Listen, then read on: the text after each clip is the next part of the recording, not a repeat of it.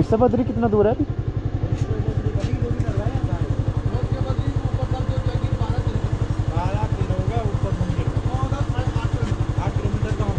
अच्छा। हाँ जी। अच्छा। हाँ जी। अच्छा ठीक है, धन्यवाद।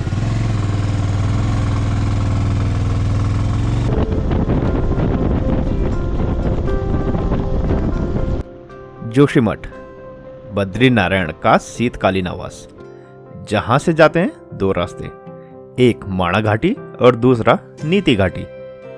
माणा घाटी में तो बद्रीनारायण वर्तमान में वास करते हैं, लेकिन क्या आपको पता है कि भविष्य में उनके दर्शन कहाँ होंगे? उसके लिए आपको जाना पड़ेगा जोशीमठ से नीति घाटी की तरफ। लगभग 34 किलोमीटर चलने पर आएगा तपोवन, और तपोवन के थोड़ा ही आगे से एक सड़क मुख्य सड़क से कट जाती है। इसी रास्ते पर 10 किलोमीटर चलने पर आता है सुबाही गांव।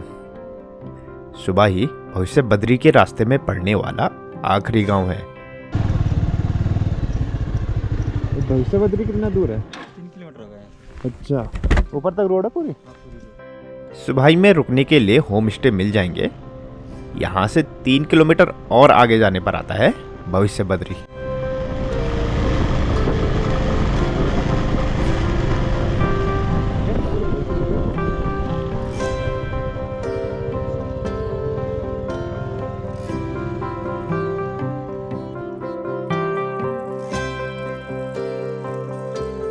भविष्य बद्री में अगर आप रुकना चाहें तो यहाँ भी थोड़ी बहुत व्यवस्था है। गांव की समिति की एक धर्मशाला भी है, लेकिन वो हमेशा खुली नहीं रहती। एक आश्रम है जो सतपाल महाराज द्वारा स्थापित किया गया है, इसमें भी रुकने की व्यवस्था हो जाती है। जब मैं गया था तो इसी आश्रम में रुका था।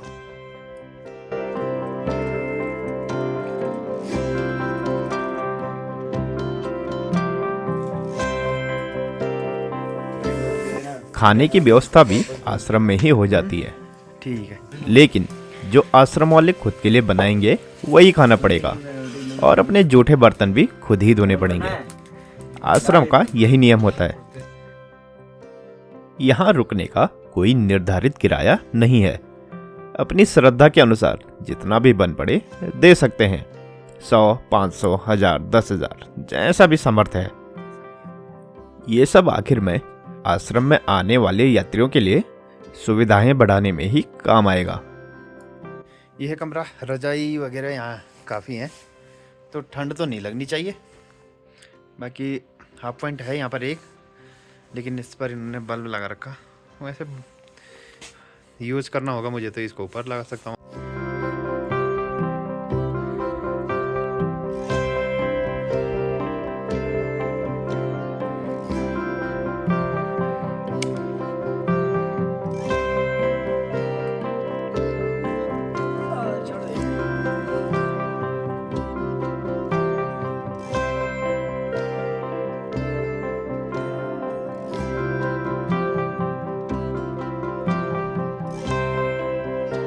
ठीक है,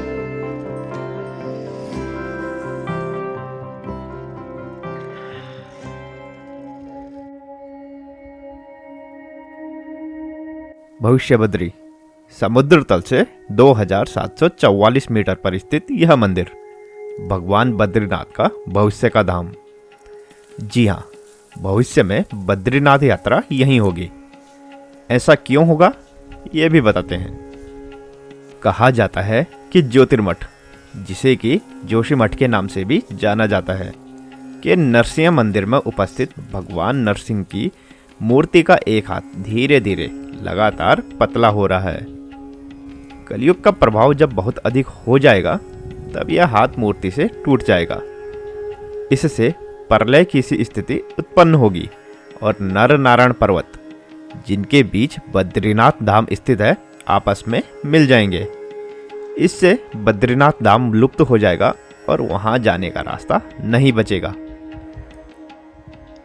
भविष्य बद्री में स्थित मूर्ति स्वयंभू है, यानी स्वयं प्रकट हुई है। मूर्ति प्राकृतिक ढंग से एक पत्थर पर उभरनी शुरू हुई। धीरे धीरे यह अपने स्वरूप में विस्तार कर रही है। माना जाता है कि इसमें बद्रीनाथ के साथ साथ उनकी पूरी पंचायत उभर कर आएगी और जिस दिन बद्रीनाथ लुप्त हो जाएगा उस दिन यह मूर्ति पूर्ण हो जाएगी।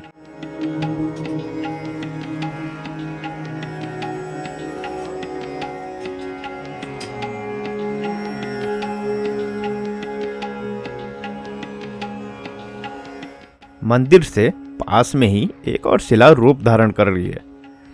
1-2 साल पहले गांव के किसी व्यक्ति को एक पूजन में देवागमन का एहसास हुआ और उसने बताया कि मंदिर के निकट एक शिला नरसिंह का रूप ले रही है। ढूंढने पर यह नरसिंह शिला मिली और तब से इसका पूजन शुरू हो गया। जैसा कि आप देख सकते हैं यहाँ पर कि सिंह मुख की आकृति बन रही है। यहाँ पर शेर का जैसे मुंह होता है ना, आंखें हो गई, ये मुंह वाला हिस्सा हो गया। भविष्य बद्री प्राकृतिक सुंदरता से भरा पड़ा है। यहाँ से नंदा देवी पर्वत के दर्शन भी बहुत नज़दीक से होते हैं।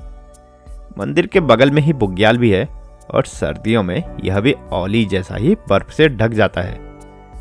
औली एक जानी मानी जगह है तो वहाँ सर्दियों में काफ़ी भीड़ होती है, लेकिन अगर किसी को खुद का औली चाहिए तो यह यहाँ आ सकता है। इससे 2 फायदे हो जाएंगे, एक तो प्रभु दर्शन हो जाएंगे और दूसरा एकांत में बर्फ से ढके बुग्याल का आनंद ले सकते हैं। बरसात में तो कुछ दिनों के लिए यहाँ भी फूलों की घाटी बन जाती है। मुझे भी फोटो दिखा रहे थे कोई नीचे, वही जो सेवक लोग हैं, तो तब दिख रहा था पूरे इस बुग्याल में फूल ही फूल थे। इसी के साथ यह पंचबद्री यात्रा पूर्ण होती है, लेकिन जाने से पहले आपके लिए आश्रम सेवक का एक संदेश। हरिओम नारायण, जय सच्चिदानंद। देखो, यह है भविष्य बद्री विशाल, और आप भविष्य बद्री में आ रखे हैं श्री हंस आश्रम उत्तराखंड। आप यहाँ रह सकते हैं, योगा साधना कर सकते हैं। जो ध्यान भजन करने वाले भजनानंदी हो वो यहाँ प्रकट हो सकते हैं। यहाँ एकांत में भी वास है। बाकी हम यहाँ विराजमान हैं। आप जैसे भी आ सकते हैं, तन से मन से धन से सेवा में आए। ठीक है, हरिओम नारायण। भविष्य बद्री नारायण आपका कल्याण करेंगे।